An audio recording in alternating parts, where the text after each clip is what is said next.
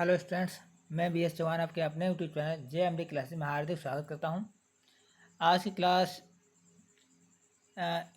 One day exam के लिए है, जिसमें हम state PAT, AP police, SSC, Indian navy जिसमें अग्निवीर के अंतर्गत MR और UPPS PCS, इन सभी प्रतियोगी परीक्षाओं में आने वाले जो विश्व और भारत भूगोल से प्रश्न बनते हैं उन महत्वपूर्ण प्रश्नों को लेकर आए हैं।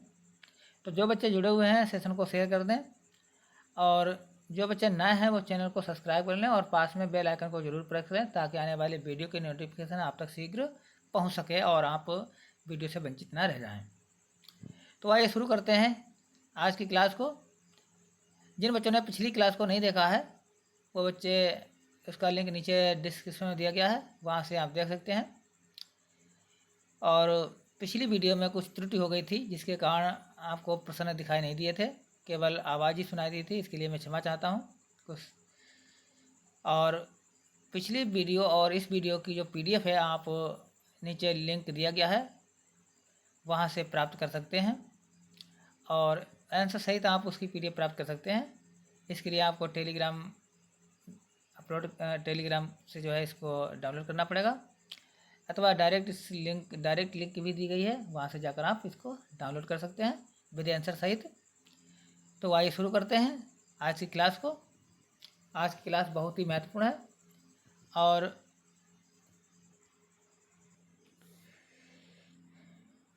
पिछले वीडियो में मैंने 1 से लेकर 50 तक के क्वेश्चन पढ़ाए थे। आज उसके आगे के क्वेश्चन हैं, जिसमें 51वां क्वेश्चन है, पृथ्वी को उसके काल्पनिक अक्ष पर घूमने को क्या कहते हैं। आपके ऑप्शन हैं, परिभ्रमण कहते हैं, ऑप्शन बी है कक्षा कहते हैं, ऑप्शन सी है घूर्णन कहते हैं, और ऑप्शन डी है इनमें से कोई नहीं। सही उत्तर फटाफट आंसर दें। क्वेश्चन नंबर 51 के लिए, क्वेश्चन नंबर 51 के लिए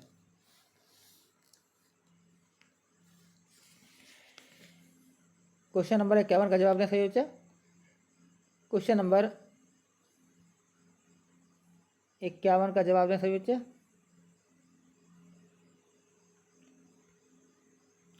क्वेश्चन नंबर 51 का जो ऑप्शन है बिल्कुल सही ऑप्शन सी है, पृथ्वी को उसके काल्पनिक अक्ष पर घूमने को घूर्णन कहते हैं। Option number C is the right answer, घूर्णन। अब घूर्णन क्या होता है बच्चों, समझ लेते हैं घूर्णन को भी। घूर्णन को इंग्लिश में रोटेशन कहते हैं, या इसको दैनिक गति भी कहा जाता है। घूर्णन को बच्चों दैनिक गति भी कहा जाता है। पृथ्वी सदैव अपने अक्ष पर एंटी क्लॉकवाइज घूमती है। पृथ्वी सदैव अपने अक्ष पर जो है, पृथ्वी जो है, ये पृथ्वी बनी हुई है, ये सदैव जो है एंटी क्लॉकवाइज घूमती है। कहने का मतलब है पश्चिम से पूर्व की ओर घूमती है, पश्चिम से पूर्व की ओर घूमती रहती है, जिसे पृथ्वी का घूर्णन या परिभ्रमण कहते हैं। इसको क्या कहते हैं, घूर्णन या परिभ्रमण। ध्यान रखना बच्चों,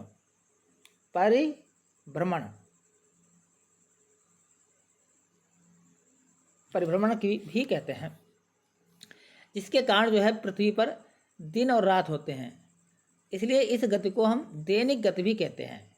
घूर्णन को हम दैनिक गति भी कहते हैं। अब बात यहाँ पर कर लें, परिक्रमण क्या होता है। परिक्रमण क्या होता है, तो परिक्रमण में क्या होता है बच्चों, परिक्रमण में क्या होता है, जिसको हम परिक्रमण को हम वार्षिक गति भी कहते हैं, घूर्णन को हम दैनिक गति कहते हैं, और परिक्रमण को वार्षिक गति कहते हैं। जब पृथ्वी अपने अक्ष पर घूमने के साथ साथ, जो पृथ्वी है वो अपने अक्ष पर घूमने के साथ साथ सूर्य की भी परिक्रमा करती है, सूर्य की भी परिक्रमा करती है। जब पृथ्वी अपने अक्ष पर घूमने के साथ साथ सूर्य की भी परिक्रमा करती है, और सूर्य के चारों ओर कैसी परिक्रमा करती है, दीर्घ वृत्ताकार,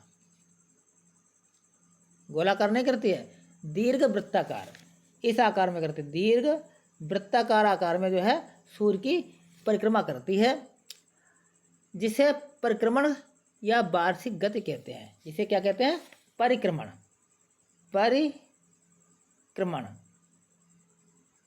ठीक है बच्चों, एक होता है परिभ्रमण, एक होता है परिक्रमण। परिभ्रमण में पृथ्वी जो है अपने अक्ष पर घूमती है, और परिक्रमण में पृथ्वी अपने अक्ष पर घूमने के साथ साथ सूर्य की भी परिक्रमा करती है। सूर्य की भी दीर्घवृत्ताकार आकृति में जो है परिक्रमा करती है, जिसको परिक्रमण या वार्षिक गति कहते हैं। और पृथ्वी को जो सूर्य की परिक्रमा करने में पूरा समय जो लगता है वो 365 दिन का समय लगता है। पृथ्वी सूर्य का एक चक्कर 365 दिन में लगाती है। ये बात आप सबको भली बात रूप से ज्ञात होनी चाहिए।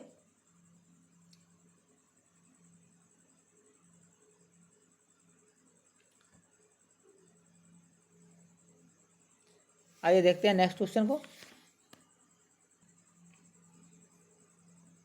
अगला क्वेश्चन है, शुमेकर लेविनाइन धूमकेतु किस ग्रह से टकराया था? आपके ऑप्शन है, ऑप्शन है शुक्र, ऑप्शन बी मंगल, ऑप्शन सी बृहस्पति, ऑप्शन डी शनि। क्वेश्चन नंबर 52 के लिए कमेंट करें सभी बच्चे। क्वेश्चन नंबर 52 के लिए कमेंट करें, शुमेकर लेविनाइन धूमकेतु किस उपग्रह से टकराया था? Question number 52।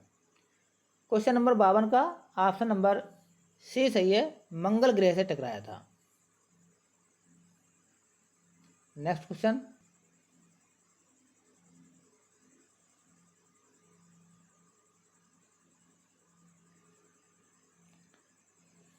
अन्य ग्रहों की अपेक्षा विपरीत दिशा में घूमने वाला ग्रह कौन सा है? Option A Neptune, option B Pluto, option C Uranus और ऑप्शन डी वरुण। यानी कुछ ग्रह जो हैं पश्चिम से पूर्व की ओर घूमते हैं, जिनको हम एंटी क्लॉकवाइज कहते हैं, और कुछ ग्रह पूर्व से पश्चिम की ओर घूमते हैं, जिसको हम क्लॉकवाइज कहते हैं या दक्षिणावर्त कहते हैं। तो इनमें से कौन सा ग्रह है जो विपरीत दिशा में घूमता है? क्वेश्चन नंबर 53 के लिए कमेंट करें। हाँ, क्वेश्चन नंबर 53 के लिए कमेंट करें सभी बच्चे।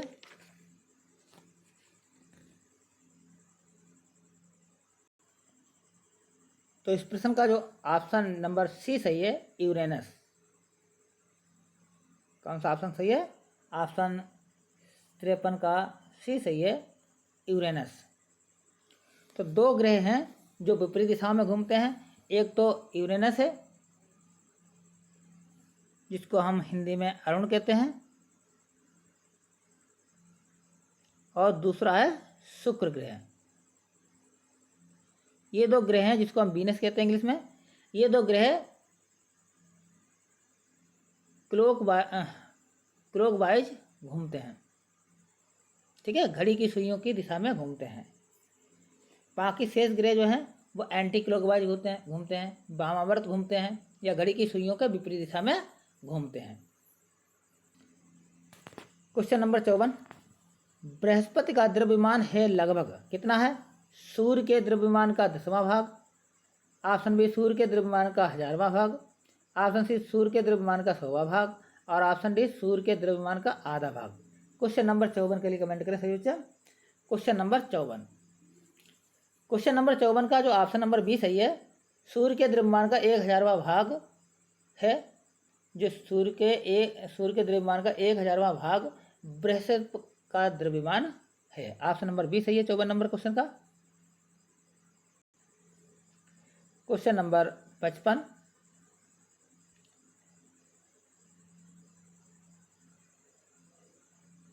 मंगल की परिक्रमा कक्षा में जाने वाले प्रथम एशियाई देश का नाम क्या है? यानी मंगल ग्रह पर सबसे पहले कौन सा एशियाई देश गया था? आपके ऑप्शन है, ऑप्शन है चीन, option B Pakistan, option C Bharat और option D Japan. Question number 55 के लिए कमेंट करें सभी बच्चे। Question number 55। तो क्वेश्चन नंबर 55 का जो ऑप्शन नंबर सी सही है, मंगल की परिक्रमा कक्षा में जाने वाला प्रथम एशियाई देश भारत है। ऑप्शन नंबर सी सही है, यानी एशिया का पहला देश भारत है। तो ऑप्शन नंबर सी सही है। अगला क्वेश्चन है, स्थल मंडल से तात्पर्य है। ऑप्शन ए पृथ्वी का आंतरिक भाग, ऑप्शन बी पृथ्वी का मध्यवर्ती भाग, ऑप्शन सी पृथ्वी का ऊपरी भाग और ऑप्शन डी पृथ्वी का बाह्य पपड़ी, पृथ्वी की बाह्य पपड़ी। क्वेश्चन नंबर 56, क्वेश्चन नंबर 56 के लिए जवाब दे सभी बच्चे, स्थल मंडल से क्या तात्पर्य है। तो क्वेश्चन नंबर 56 का ऑप्शन नंबर डी सही है बच्चों, पृथ्वी की बाह्य पपड़ी या बाहरी परत को हम स्थल मंडल कहते हैं। क्वेश्चन नंबर 57,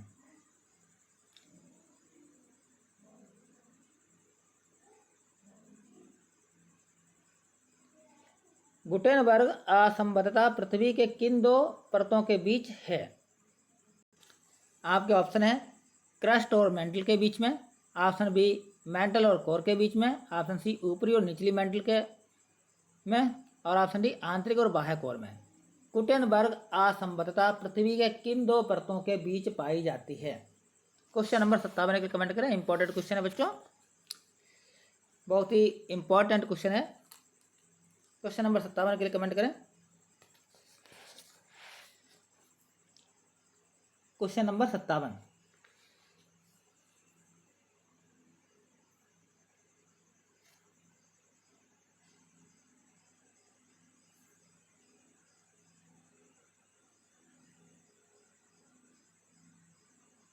क्वेश्चन नंबर 57 का ऑप्शन नंबर बी सही है। मेंटल और कोड, जो क्रोड है ऊपरी क्रोड है उसके बीच पाई जाती है, निचली मेंटल और ऊपरी क्रोड में पाई जाती है। तो आइए इसको समझ लेते हैं।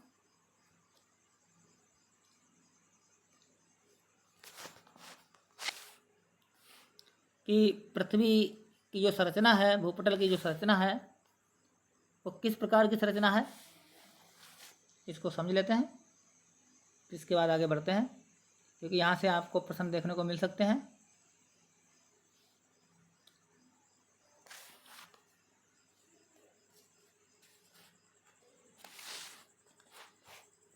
देखिए बच्चों, जो पृथ्वी की जो आंतरिक संरचना है उस आंतरिक संरचना को तीन भागों में बांटा गया है। एक होता भूपरपटी जिसको हम क्रस्ट कहते हैं, दूसरा होता आवरण जिसको हम मेंटल कहते हैं, तीसरा होता केंद्रीय भाग जिसको हम कोर या क्रोड कहते हैं। तो भूपरपटी क्या है, क्रस्ट क्या है। क्रस्ट बच्चों जो पृथ्वी का जो ऊपरी भाग होता है, पृथ्वी की जो ऊपरी पपड़ी होती है, परत होती है, उसको हम भूपरपटी कहते हैं। और यह लगभग जो है अंदर तक 34 किलोमीटर तक फैली होती है, अंदर तक जो है 34 किलोमीटर तक फैली होती है।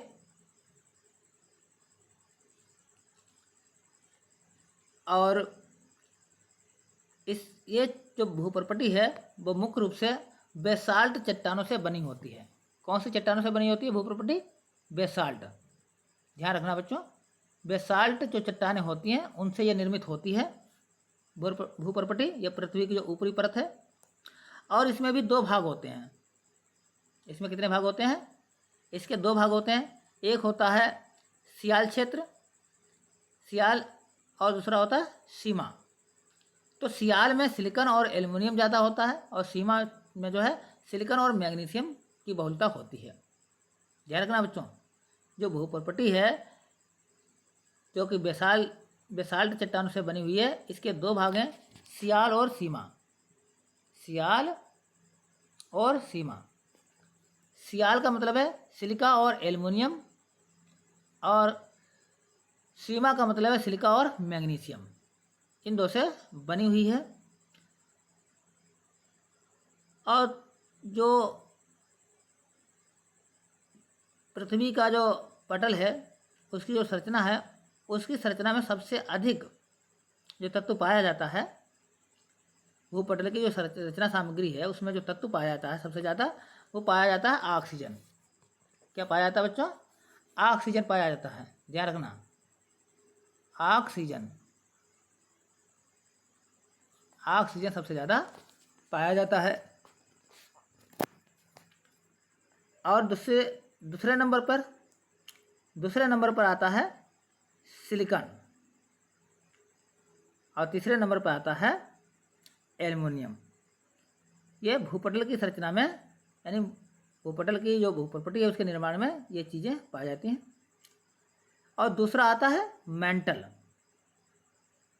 क्या आता है बच्चों? मेंटल।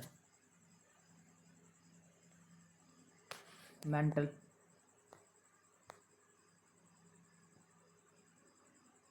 मेंटल क्या है? मेंटल कैसे बनता है? जो भूप्रपटी थी वो लगभग जो है 3400 किलोमीटर की गहराई तक थी, और जो मेंटल है वो लगभग जो है 2900 किलोमीटर की गहराई तक है। 2900 किलोमीटर की गहराई तक विस्तृत है। और ये भी जो है बेसाल्ट चट्टानों से बनी हुई होती है, और इसमें मैग्मा चैम्बर पाए जाते हैं। क्या पाए जाते हैं बच्चों? मैग्मा चैम्बर पाए जाते हैं। और इन मैग्मा चैम्बर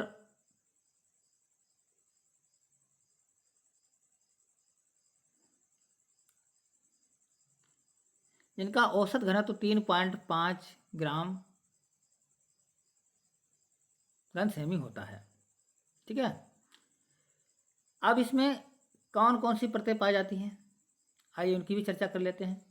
जो चित्र मैंने पीछे बनाया था, जहाँ से प्रश्न आपकी परीक्षा में पूछा गया है, तो हमारी ये आकृति बनी हुई है।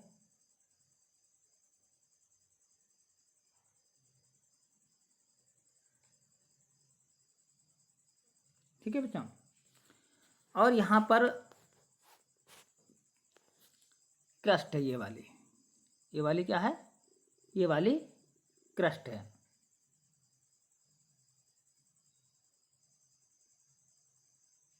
ठीक है बच्चों।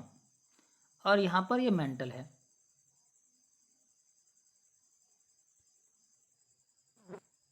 मेंटल परत है। और ये नीचे वाली क्या है? क्रोड है। क्रोड परत है। ये 3 परतें होती हैं। ठीक है बच्चों। अब जैसा कि इसमें प्रश्न पूछा गया, गुटनबर्ग असंबद्धता पृथ्वी के किन 2 परतों के बीच पाई जाती है? तो हमारा ऑप्शन बी सही था, मेंटल और कोर के बीच। कोर मतलब ये क्रोड लिखा है, इसी को हम कोर कहते हैं। क्या कहते हैं? कोर कहते हैं। मेंटल और कोर के बीच जो गुटेनबर्ग असंबद्धता क्षेत्र है वो पाई जाती है। तो आइए देखते हैं। तो जो क्रस्ट क्षेत्र है, जो क्रस्ट ये क्षेत्र है, यहाँ पर कोनार्ड असंबद्धता पाई जाती है। क्या पाई जाती है? कोनार्ड। क्रस्ट में क्या पाया जाता है? कोनार्ड। ध्यान रखना बच्चों, कोनार्ड। कोनार्ड असंबद्धता जो है क्रस्ट परत में पाई जाती है। इसके बाद आता है मोहो। मोहो मोहो असंबद्धता, ये क्रस्ट और मेंटल परतों के बीच पाई जाती है। क्रस्ट और मेंटल परतों के बीच पाई जाती है। ठीक है बच्चों। इसके बाद आता है रेपेटी। रेपेटी जो है मेंटल परत में पाई जाती है। रेपेटी असंबद्धता मेंटल में पाई जाती है। ध्यान रखना बच्चों, रेपेटी। यहाँ से प्रश्न बन सकते हैं बच्चों। और इसके बाद गुटनबर्ग जो कि पूछा गया इसमें, ये मेंटल यहाँ पर पाई जाती है बीच में। मेंटल और क्रोड या कोर परतों के बीच में गुटनबर्ग असंबद्धता पाई जाती है। गुटेनबर्ग। इसके बाद जो क्रोड क्षेत्र है, इसमें लेहमैन, इसमें जो है लेहमैन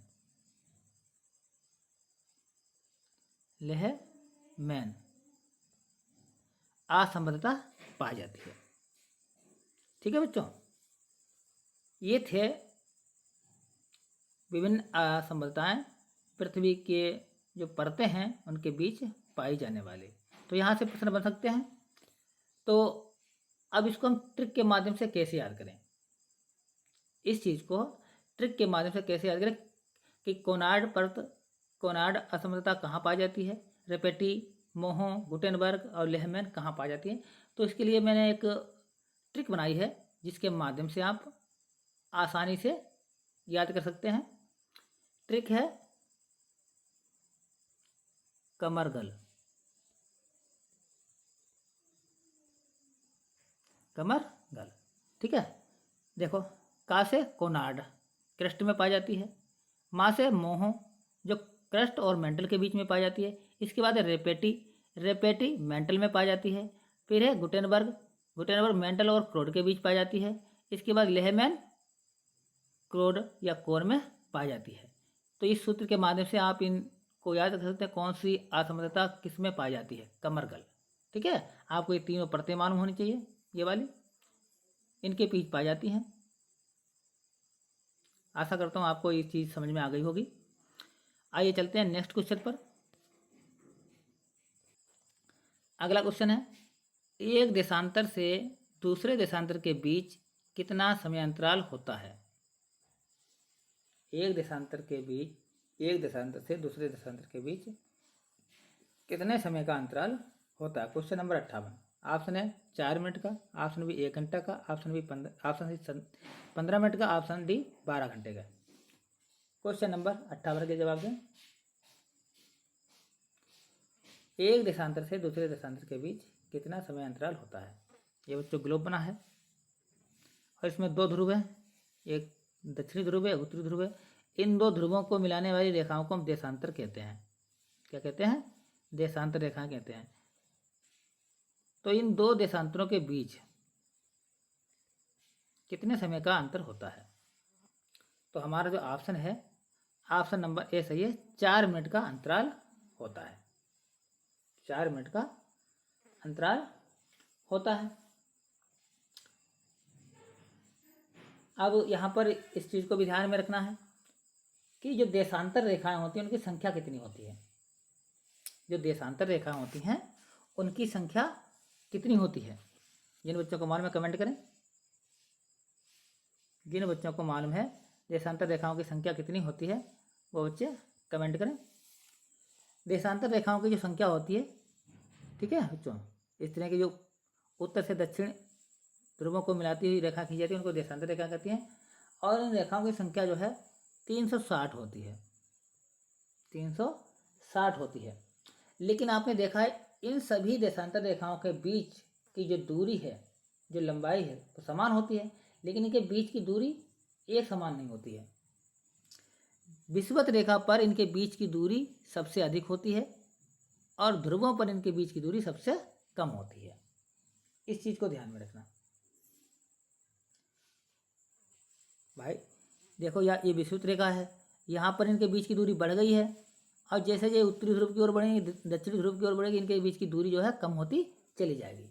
तो लंबाई तो समान होती है लेकिन दूरी में अंतर पाया जाता है। विषुवत वृत्त पर या विषुवत रेखा पर इनके बीच की दूरी बढ़ जाती है और ध्रुवों पर कम हो जाती है।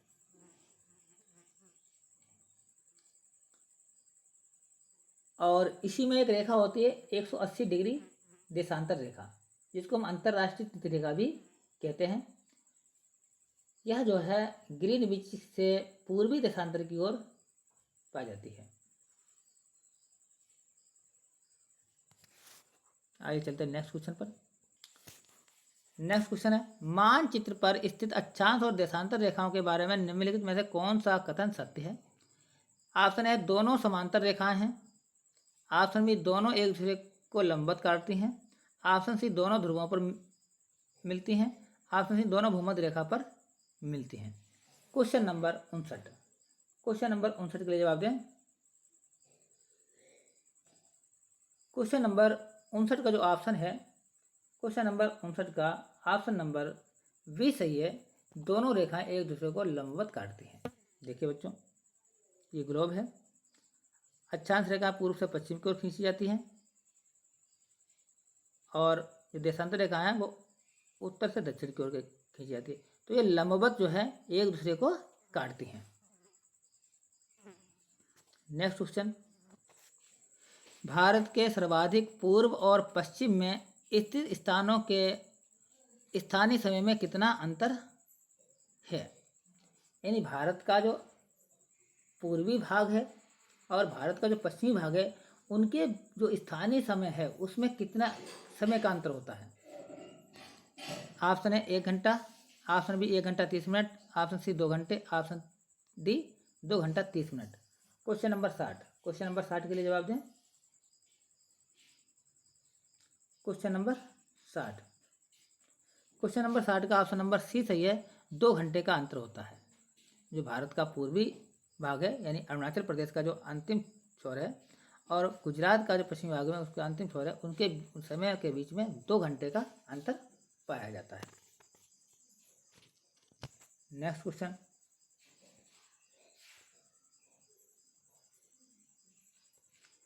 धरातल के सर्वाधिक भाग पर निम्नलिखित में से किस चट्टान का विस्तार पाया जाता है? ऑप्शन है आग्नेय चट्टान, ऑप्शन बी अवसादी चट्टान, ऑप्शन सी कायांत्री चट्टान, ऑप्शन डी इनमें से कोई नहीं। क्वेश्चन नंबर 61, क्वेश्चन नंबर 61 के लिए कमेंट करें सभी बच्चे। यानी धरातल पर यानी पृथ्वी के ऊपर सबसे ज़्यादा कौन सी चट्टान का विस्तार पाया जाता है?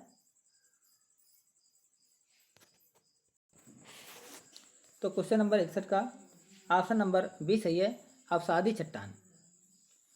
अवसादी चट्टान क्या होती है बच्चों?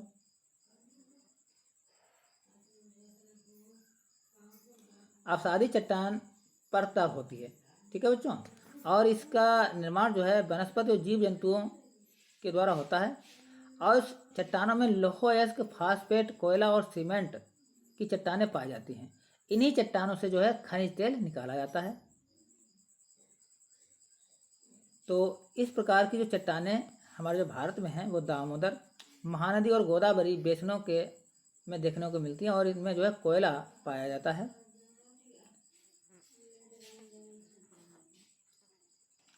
क्वेश्चन नंबर 62, रूपांतरित चट्टानों की उत्पत्ति किन चट्टानों से होती है? ऑप्शन है आग्नेय चट्टान, ऑप्शन बी तलछटी, ऑप्शन सी आग्नेय और तलछटी दोनों से, और ऑप्शन डी उपयुक्त में से कोई नहीं। क्वेश्चन नंबर 62 के लिए जवाब दें। क्वेश्चन नंबर 62, क्वेश्चन नंबर 62,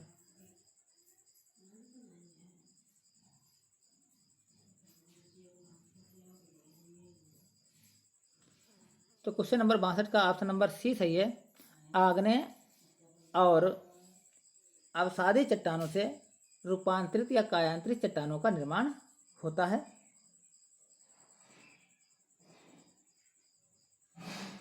और जो कायांतरित या रूपांतरित चट्टानें होती हैं उनका उदाहरण क्या है? फाइलाइट, फाइलाइट और सिस्ट, ये रूपांतरित चट्टानों के उदाहरण हैं या कायांतरित चट्टानों के उदाहरण हैं, जिसमें संगमरमर भी आ जाता है। संगमरमर है, एंथ्रेसाइट कोयला है, स्लेट है, क्वार्टजाइट है, ठीक है, ये रूपांतरित चट्टानों के उदाहरण हैं। अगला क्वेश्चन,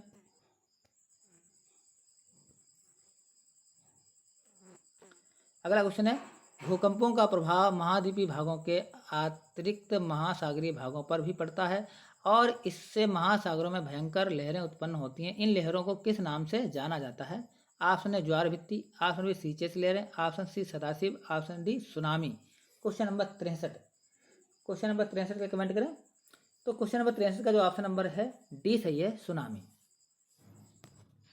अगला क्वेश्चन है, लंबे समय तक शांत रहने के पश्चात विस्फोट होने वाला ज्वालामुखी क्या कहलाता है? यानी जो ज्वालामुखी लंबे समय तक शांत रहे, चुप रहे और एकदम उसमें विस्फोट हो जाए तो ऐसे ज्वालामुखी को क्या कहते हैं? ऑप्शन है मृत ज्वालामुखी, ऑप्शन बी सुषुप्त ज्वालामुखी, ऑप्शन सी सक्रिय ज्वालामुखी और ऑप्शन डी निष्क्रिय ज्वालामुखी। क्वेश्चन नंबर 64, क्वेश्चन नंबर 64 का जवाब दें।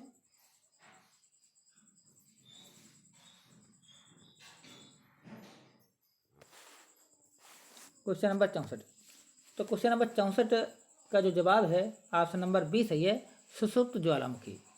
क्वेश्चन नंबर 64 का ऑप्शन नंबर बी सही है, सुषुप्त ज्वालामुखी।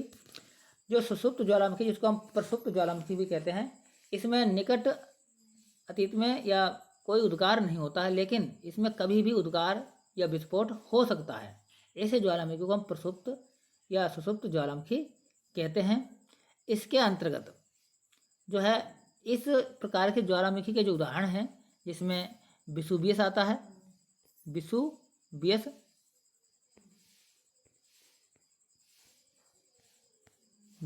है जो कि भूमध्य सागर में पाया जाता है। क्राकाटोबा है, क्रोकाटोबा है, क्राकाटोबा है जो कि सुंडा में पाया जाता है, और जापान का फ्यूजियामा, फ्यूजियामा।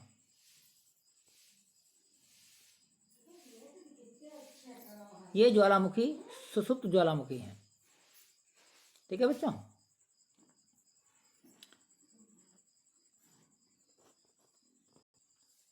अगला क्वेश्चन है, फ्यूजियामा किस देश का ज्वालामुखी है, ज्वालामुखी पर्वत है?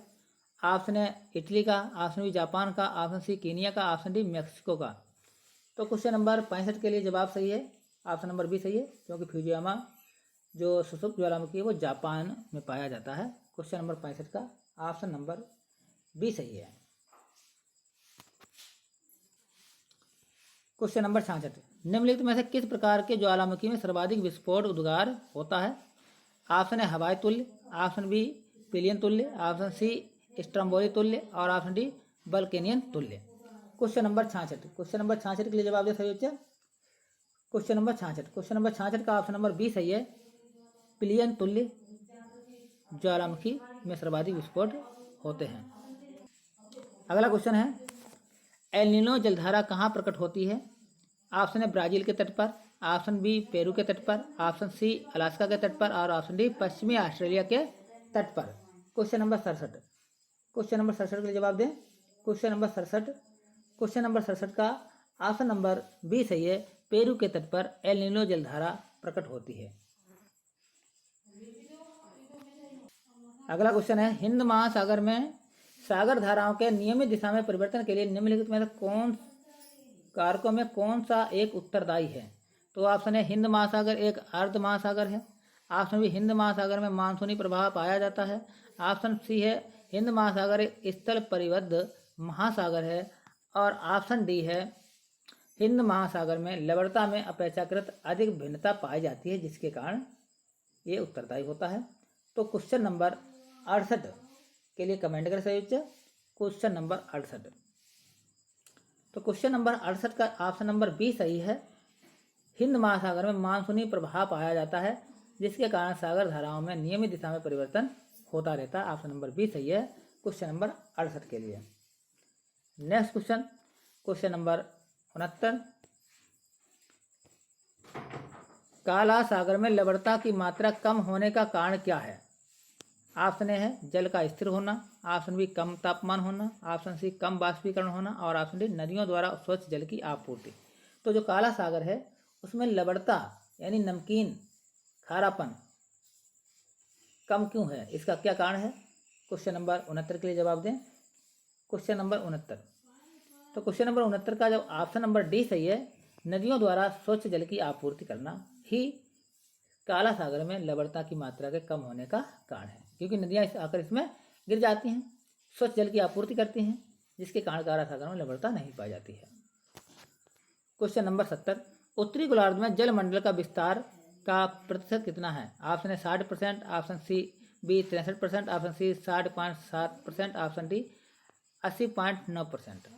क्वेश्चन नंबर 70, क्वेश्चन नंबर 70 का ऑप्शन नंबर सी सही है, 60.7% जो है उत्तरी गोलार्ध में जलमंडल का विस्तार है। क्वेश्चन नंबर 71, महासागरीय गर्तों की सामान्यतः गहराई कितने मीटर की होती है? ऑप्शन है 5000 metre, option C 5500 metre, option C 7000 metre, option C 10000 metre. Question number 71 के लिए जवाब दें सही बच्चे। क्वेश्चन नंबर 71, तो क्वेश्चन नंबर जो 71 है उसका ऑप्शन नंबर बी सही है, महासागरीय गर्तों की जो सामान्यता या औसत गहराई जो होती है, सामान्य गहराई होती है, तो क्वेश्चन नंबर 71 का ऑप्शन नंबर बी सही है, 5500 मीटर होती है। नेक्स्ट क्वेश्चन, क्वेश्चन नंबर 72, किसके गुरुत्वाकर्षण के कारण ज्वार भाटा आता है? ऑप्शन है पृथ्वी का चंद्रमा पर, ऑप्शन बी पृथ्वी का सूर्य पर, ऑप्शन सी पृथ्वी पर सूर्य और चंद्रमा का, और ऑप्शन डी चंद्रमा का पृथ्वी पर। क्वेश्चन नंबर 72, क्वेश्चन नंबर 72 के लिए कमेंट करें सही बच्चे। क्वेश्चन नंबर 72 का ऑप्शन नंबर सी सही है, पृथ्वी पर सूर्य और चंद्रमा का, पृथ्वी पर सूर्य और चंद्रमा के गुरुत्वाकर्षण के कारण ज्वार भाटा आता है। सूर्य और चंद्रमा के गुरुत्वाकर्षण के कारण जो है ज्वार भाटा का निर्माण होता है। क्वेश्चन नंबर 73, गंगा नदी का डेल्टा किस प्रकार का है? बहुत ही इंपॉर्टेंट क्वेश्चन है बच्चों। गंगा नदी का जो डेल्टा वो किस प्रकार का है? ऑप्शन ए चापाकार डेल्टा, ऑप्शन बी पंजाकार डेल्टा, ऑप्शन सी छीणाकार डेल्टा और ऑप्शन डी नौकाकार delta. Question number 73, question number 73 के लिए जवाब दें। क्वेश्चन नंबर 73 का ऑप्शन नंबर ए सही है, चापाकार डेल्टा है। गंगा नदी द्वारा बनाया गया डेल्टा चापाकार डेल्टा है, यानी चाप की आकृति का डेल्टा है। ठीक है बच्चों। अगला क्वेश्चन है, भूकंपीय तीव्रता को समानता वाले स्थानों को मिलाने वाली रेखाओं को क्या कहते हैं? Isogonal, option B homoseismal, option C isoseismal और ऑप्शन डी आइसोकाइनेटिक। तो भूकंपीय तीव्रता को समानता वाले स्थानों को मिलाने वाली रेखाओं को क्या कहते हैं? क्वेश्चन नंबर 74 के लिए कमेंट करें। क्वेश्चन नंबर 74 का जो जवाब है ऑप्शन नंबर सी सही है, आइसोसिस्मल रेखाएं कहा जाता है। क्वेश्चन नंबर 75, हिमालय की उत्पत्ति किस भूसनत्ति से हुई है? किस प्रकार से हुई है? ऑप्शन ए है Tethys, option B Shivalik, option C Indo Brahma और ऑप्शन डी गोदावरी। तो क्वेश्चन नंबर 75 का ऑप्शन नंबर ए सही है, टेथिस सागर के माध्यम से हिमालय पर्वत की उत्पत्ति हुई है। और हिमालय पर्वत एक बलित पर्वत है, नवीन बलित पर्वत है।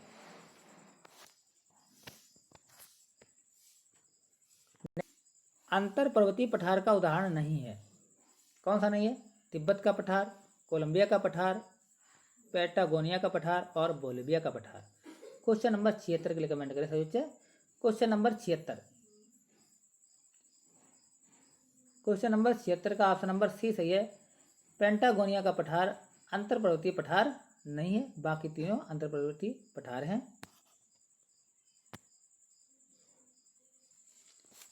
अगला क्वेश्चन, क्वेश्चन नंबर 77, निम्नलिखित में से कौन सा जर्मनी में स्थित है? निम्नलिखित में से कौन सा पर्वत जर्मनी में स्थित है? Option A black forest, option B Atlas, option C Pyrenees, option D Apennines. Question number 77, question number 77 के जवाब दें। तो कौन सा पर्वत जर्मनी में स्थित है? ऑप्शन नंबर ए सही है, बिल्कुल ब्लैक फॉरेस्ट जर्मनी में स्थित है। क्वेश्चन नंबर 78, सही उत्तर चुनिए जो वायुमंडल की परतों की क्रमबद्धता को दर्शाती है, यानी क्रमबद्धता है, सिस्टमेटिक है। कौन सी परत किस परत के बाद आती है ये बतानी है, क्रमबद्धता बतानी है। ऑप्शन है आयन मंडल, आयतन मंडल, मध्य मंडल, समताप मंडल और परिवर्तन मंडल। ऑप्शन बी है परिवर्तन मंडल, समताप मंडल, मध्यस्थ मंडल, आयन मंडल और आयतन मंडल। ऑप्शन सी है आयतन मंडल, परिवर्तन मंडल, आयन मंडल और मध्यस्थ मंडल और समताप मंडल। और ऑप्शन डी है मध्यस्थ मंडल, आयन मंडल, समताप मंडल और परिवर्तन मंडल और समताप मंडल। तो क्वेश्चन नंबर 78, क्वेश्चन नंबर 78 का ऑप्शन नंबर बी सही है।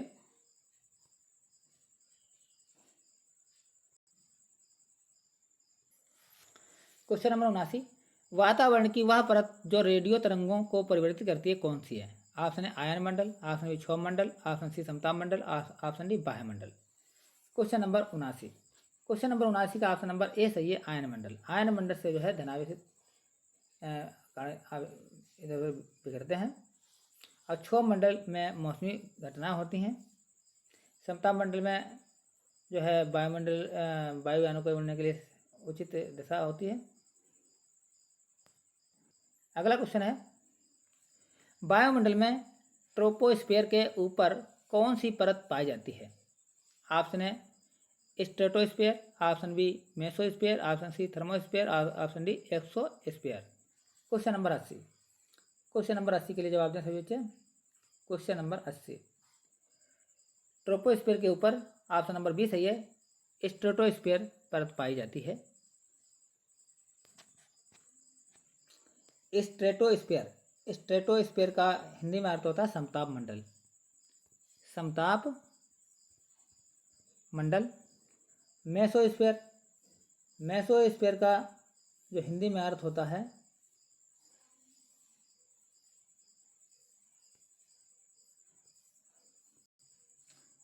मध्यमंडल। थर्मोस्फीयर और थर्मोस्फीयर माने कुछ नहीं होता, एक्सोस्फीयर माने होता है बाह्यमंडल, बाह्यमंडल। ठीक है बच्चों, ये 5 परतें पाई जाती हैं। इसमें क्षोभ मंडल, समताप मंडल, ओजोन मंडल, आयन मंडल और बाह्यमंडल है। ठीक है बच्चों। क्वेश्चन नंबर 81, संयुक्त राष्ट्र अमेरिका के पश्चिमी तट से प्रारंभ होकर रॉकी पर्वत को पार करके उसके नीचे उतरने वाली गर्म और शुष्क हवा किस नाम से जानी जाती है? ऑप्शन ए है foehn, option B northern, option C chinook, option D Santa Ana. Question number 81 के लिए जवाब दें सभी बच्चे। क्वेश्चन नंबर 81 का ऑप्शन नंबर सी सही है, चिनूक।